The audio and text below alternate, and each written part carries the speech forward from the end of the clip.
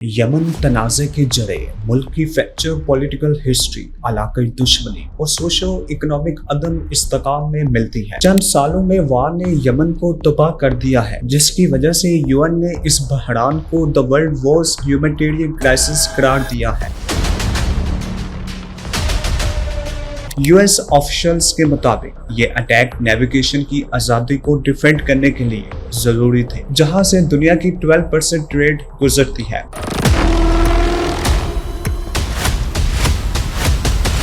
मौजूदा American middle east strategy का बुनियादी मकसद ईरान और उसकी रीजनल प्रॉक्सी की कमर तोड़ना है। सऊदी अरेबिया ने तशवीश जाहिर की है कि यूएस कैंपेन पूरे रीजन को एक वसी कॉन्फ्लिक्ट की तरफ रागिब कर सकती है। ये रिसेंट मिलिट्री एक्शन यूएस को एक्सपोज करती है कि कैसे बगैर किसी वाज़िया एग्जिट स्ट्रेटजी के यूएस कॉम्प्लेक्स रीजनल राइवलरीज में उलझता है।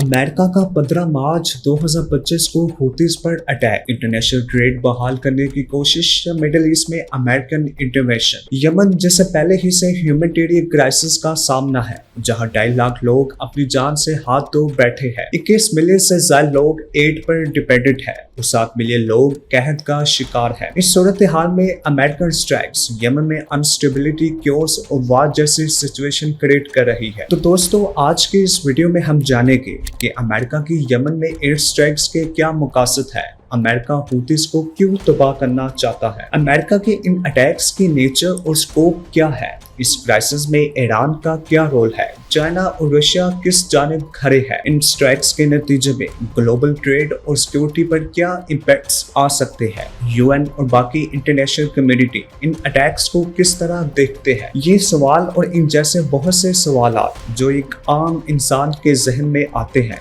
इन सब का जवाब इस वीडियो में दिया जाएगा। यमन तनाज़े के जरे मुल्क की फ्रैक्चर पॉलिटिकल हिस्ट्री, इलाक़ाई दुश्मनी और सोशो इकोनॉमिक अदम इस्तेकाम में मिलती है। इस बहरान ने 2014 में उस वक्त शिद्दत इख्तियार की जब नॉर्दर्न यमन से तल्लुक़ रखने वाले एक ज़िद्दी शिया ग्रुप ने, जिसे अंसारुल्लाह के नाम से जाना जाता है, बगावत का आगाज किया। 2011 के अरब स्प्रिंग के बाद बरसों की पॉलिटिकल अनस्टेबिलिटी, करप्शन और फेल्ड ट्रांजिशन से मायूस हूतीज कैपिटल सना पर काबिज हो गए और internationally recognised president Abdul Rabbu Mansour Hadi को फरार होने पर मजबूर कर दिया। इस ड्रामेटिक पावर शिफ्ट ने रीजनल प्रॉक्सी की आग को भड़कावा दिया। 2015 में सऊदी लीड कोलिशन, जो हूतीज को ईरान की प्रॉक्सी के तौर पर देखते थे, उन्होंने हादी की गवर्नमेंट को वापस लाने में अपनी कोशिशें की। इसके नतीजे में ईरान ने हूतीज को सपोर्ट करना शुरू किया, जिसने फिरका वाराना और जियोपॉलिटिकल कॉन्फ्लिक्ट्स को बढ़ावा दिया। चंद सालों में वार ने यमन को तबाह कर दिया है, जिसकी वजह से यूएन ने इस बहरान को the world worst humanitarian crisis करार दिया है। हजारों अफराद ने अपनी जान से इसकी कीमत अदा की है और लाखों अफराद बेघर हो गए हैं। इंफ्रास्ट्रक्चर तबाह हो गया है, कहत फैल चुका है और लोग मुख्तलिफ बीमारियों की जद में आ चुके हैं। जंग बंदी और यूएन की ज़ेरे क़यादत पीस टॉक्स के बावजूद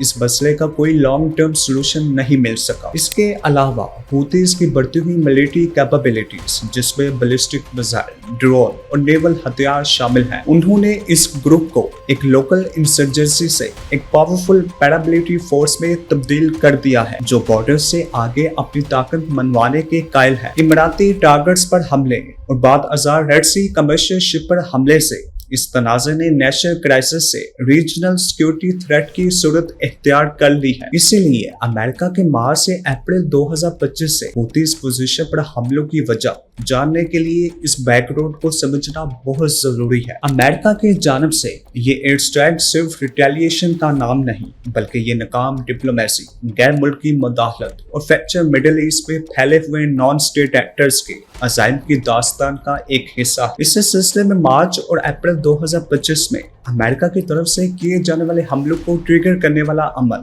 हूतीज का रेड सी और गल्फ ऑफ ईडन में किए जाने वाले हमलों में तेजी थी, जिससे इंटरनेशनल ट्रेड पर इम्पैक्ट हुआ। हूतीज की तरफ से किए जाने वाले अटैक्स में ड्रोन और मिसाइल का इस्तेमाल हुआ और खास तौर पर उन कार्गो शिप्स को निशाना बनाया गया जिन पर अमेरिकन, यूके और इजराइल का फ्लैग था। जिससे ग्लोबल ट्रेड को काफी बुरा नुकसान हुआ। हूथियों के मुताबिक ये अटैक्स फलस्तीन की हमायत में किए गए हैं। इसके अलावा वाशिंगटन इस मैरीटाइम थ्रेट को न सिर्फ एक रीजनल खिलाफ वर्जी बल्कि ग्लोबल ट्रेड पर एक स्ट्रेटेजिक थ्रेट और रीजन में यूएस मिलिट्री की प्रेजेंस के खिलाफ एक साइन के तौर पर देखता है। मजीद ये कि अमेरिका के ये अटैक एक इंतकामी कार्रवाई ही नहीं बल्कि ईरान बैक रीजनल प्रॉक्सी जिसमें लेबनान के हिजबुल्ला और सीरिया और इराक के मुख्तलिफ शिया ग्रुप शामिल हैं, उनकी राह में रुकावट बनना भी एक मकसद है। यूएस ऑफिशियल्स के मुताबिक ये अटैक नेविगेशन की आजादी को डिफेंड करने के लिए जरूरी थे, जहां से दुनिया की 12% ट्रेड गुजरती है। यूएस स्ट्राइक्स में यूके ने भी शमूलियत इख्तियार की और बहुत सी यूरोपियन स्टेट्स ने भी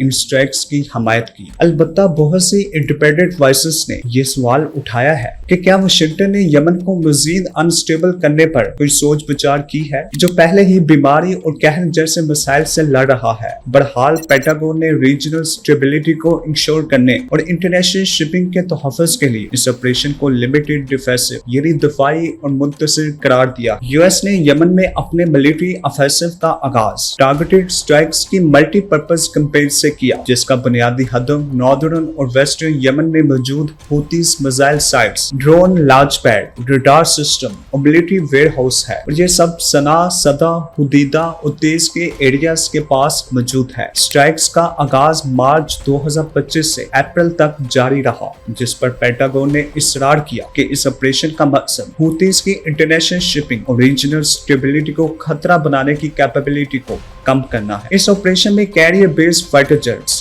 क्रूज मिसाइल जो यूएस वारशिप से लॉन्च किए गए और यूके और फ्रांस जैसे अलायंस के साथ इंटेलिजेंस शेयरिंग शामिल है। इसके अलावा यूएस मिलिट्री ने हूतीस कम्युनिकेशन और नेविगेशन के लिए इलेक्ट्रॉनिक वारफेयर एसेट्स भी तैनात किए। तेहरान के साथ हूतीस के तल्लुकात का हवाला देते हुए वाशिंगटन ने वाज़ेह किया कि इन हमलों का मकसद यमन को अनस्टेबल करना नहीं बल्कि ईरान बैक मलेशिया जो एक्सिस ऑफ रेजिस्टेंस के तौर पर जाना जाता है, जिसमें हूतीस एक अहम कंपोनेंट है, उन्हें रोकने के लिए ये हमला किया गया। यूएस की इन स्टेटमेंट्स के बावजूद एयर स्ट्राइक्स ने शहरी हलाकतों के खदशात को जन्म दिया। इन स्ट्राइक्स ने एक अलामती और स्ट्रेटेजिक मैसेज भी पेश किया है जो इस रीजन में अमेरिका की मिलिट्री डोमिनेंस की याद दिलाता है और दीगर रीजनल प्लेयर्स, खासतौर पर ईरान और उसके प्रॉक्सी ग्रुप्स लेबनान, यमन और सीरिया जो कि गजा वार से प्रो हमास और एंटी इजराइल स्टांस को प्रमोट कर रहे हैं, उनके खिलाफ डिटेरियंस को शो करता है। यूएस के इस अटैक पर मुख्तलिफ रीजनल प्लेयर्स ने मुख्तलिफ रद्द-ए-अमल जाहिर किया। ईरान जो कि हूतीस को सपोर्ट करता है, उसका रिएक्शन प्रेडिक्टेबल था। तेहरान ने इन हमलों की भरपूर मजम्मत करते हुए इन्हें अग्रेशन और इंपीरियल ओवररीच करार दिया और साथ ही ये कहा कि इन हमलों के नतीजे में मिडिल ईस्ट मजीद अनस्टेबल, वॉलेटाइल और क्योस में जा सकता है जो रीजन में किसी के हक में नहीं है। इसलिए ईरान ने मुतालबा किया है कि यूएस को फौरन तौर पर हूतीस पर हमले रोक देने चाहिए। इसके बरक्स सऊदी अरेबिया का रद्द-ए-अमल मोहतात लेकिन सपोर्टिव था। अलबत्ता सऊदी अरेबिया ने तशवीश जाहिर की है कि यूएस कैंपेन पूरे रीजन को एक वसी कॉन्फ्लिक्ट की तरफ रागिब कर सकती है। इसके अलावा यूनाइटेड अरब एमिरेट्स ने सऊदी अरेबिया के नैरेटिव को सपोर्ट करते हुए ज्यादा खुले तरीके से यूएस मिलिट्री एक्शन को सपोर्ट किया और हूतीस को गल्फ ऑफ ईडन और रेड सी में इकोनॉमिक थ्रेट इकरार दिया। इसी तरह इजिप्ट जिसकी इकोनॉमी स्विस कनाल पर हैवीली डिपेंडेंट है और इसका नेशनल इंटरेस्ट इसी में है कि इंटरनेशनल शिपिंग रूट जो कि रेड सी से गुजरता है वो स्मूथली चलता रहे। इसलिए इजिप्ट की गवर्नमेंट ने हूतीस में यूएस के अटैक की हमायत की है। इसके बरक्स टर्की और कतर जिनके रिलेशन ईरान और यूएस दोनों के साथ है, इसलिए ये दोनों ममालिक एक न्यूट्रल स्टांस को सपोर्ट करते हुए नजर आते हैं। रीजनल पावर्स के अलावा ग्लोबल रिएक्शन भी मिक्स सामने नजर आए। मिसाल के तौर पर वेस्टर्न अलायंस खास तौर पर यूके और फ्रांस ने यूएस के इस एक्शन की हमायत करते हुए कहा कि ये हमले रेड सी में इंटरनेशनल शिपिंग और नेविगेशन की आजादी के लाहक खतरे के जवाब में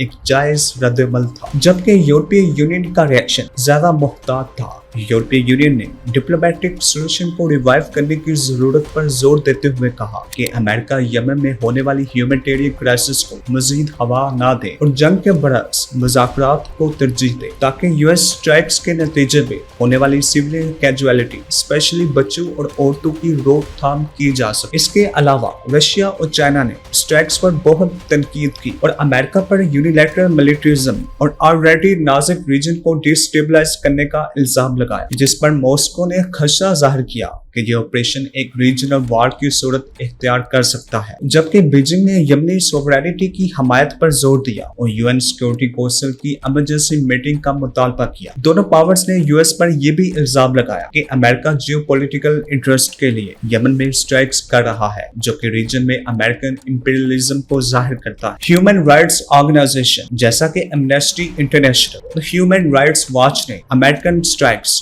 जो यमन में की जा रही है इनकी शदीद मुखालफत की है, क्योंकि इन स्ट्राइक्स के नतीजे में यमन में एक जंग की सूरत हाल क्रिएट हो गई है, जहां कोई भी महफूज नहीं है, किसी के सर पर छत बाकी नहीं है, खाने पीने की चीजें नायाब हो गई है, हजारों लोग इंटरनली डिस्प्लेस्ड हो गए हैं, बहुत बड़ी तादाद में लोगों का कत्ले आम हुआ है, जिसमें खास तौर पर बच्चे और औरतें शामिल हैं। इसी वजह से मौजूदा यमन दुनिया की वर्स्ट तरीन ह्यूमैनिटेरियन क्राइसिस को शो करता है। इसी तनाज़ुर में अगर देखा जाए तो यूएस की हुतीज मूवमेंट के खिलाफ मिलिट्री एस्केलेशन ने एक बार फिर मिडिल ईस्ट में अनस्टेबिलिटी और क्योस को जन्म दिया है। यूएस अटैक की वजह से यमन में होने वाले पीस टॉक स्टेगनेशन में जा चुकी है। हुतीज और सऊदी अरेबिया के माबैन होने वाले मुज़ाकरात ने महदूद जंग बंदी और कैदी तबादलों के साथ प्रोग्रेस के असरात को जाहिर किया था, लेकिन यूएस स्ट्राइक्स ने इस आग को मजीद भड़का दिया है। इन स्ट्राइक्स से डिप्लोमेटिक एफर्ट्स को नुकसान पहुंचा है और हुतीज अपने मौकिफ को स्टिक करने पर मजबूर हो गए हैं। यमन जो कि पहले ही दुनिया के वर्स्ट तरीन ह्यूमैनिटेरियन क्राइसिस से दो चार है, वो एक फुल स्केल वार के दहाने पर धकेल दिया गया है। मजीद ये कि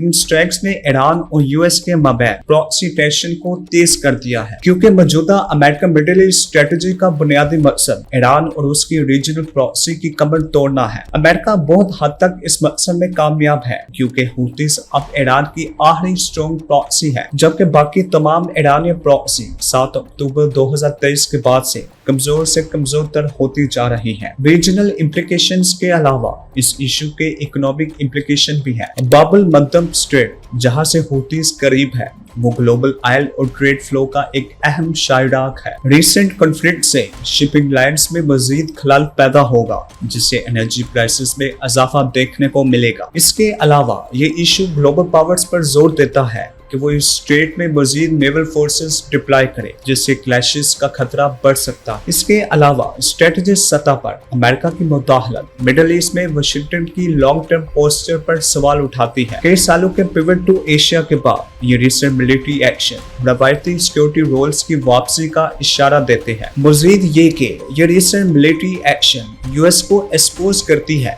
कि कैसे बगैर किसी वाज़िया एग्जिट स्ट्रेटजी के यूएस कम्प्लेक्स रीजनल राइवलरीज में उलझता है। अमेरिका की इन रिसेंट एयर स्ट्राइक्स ने न सिर्फ यमन, मिडिल ईस्ट बल्कि पूरे रीजन को वार के दहाने पर खड़ा कर दिया है, जिससे न सिर्फ ह्यूमैनिटेरियन क्राइसिस बढ़ेगा बल्कि ग्लोबल ट्रेड को भी भारी नुकसान उठाने का खदशा है, जिससे न सिर्फ एक रीजन बल्कि पूरी दुनिया में ऑयल की प्राइसेस बढ़ सकती और ये इशू इकोनॉमिक रिसेशन की सूरत इख्तियार कर सकता है। आपके ख्याल में क्या अमेरिका की हुतीज पर एयर स्ट्राइक्स का फैसला सही था? क्या अमेरिकन एयर स्ट्राइक्स के नतीजे में रेड सी और गल्फ ऑफ ईडन के होने वाली इंटरनेशनल ट्रेड दोबारा सिक्योर हो सकती है, या फिर इन एयर स्ट्राइक से अमेरिका सिर्फ रीजन में अपने इंटरेस्ट को सिक्योर कर रहा है? क्या ईरान या Iran back हुतीज in air strikes का जवाब देंगे? क्या यूएन और इंटरनेशनल कम्युनिटी इस क्राइसिस पर कोई स्ट्रिक्ट स्टांस लेगी? अपनी राय का इजहार कमेंट सेक्शन में करें। अगर ये वीडियो अच्छी लगी तो लाइक, कमेंट और शेयर करना ना भूलिएगा। चैनल को सब्सक्राइब करें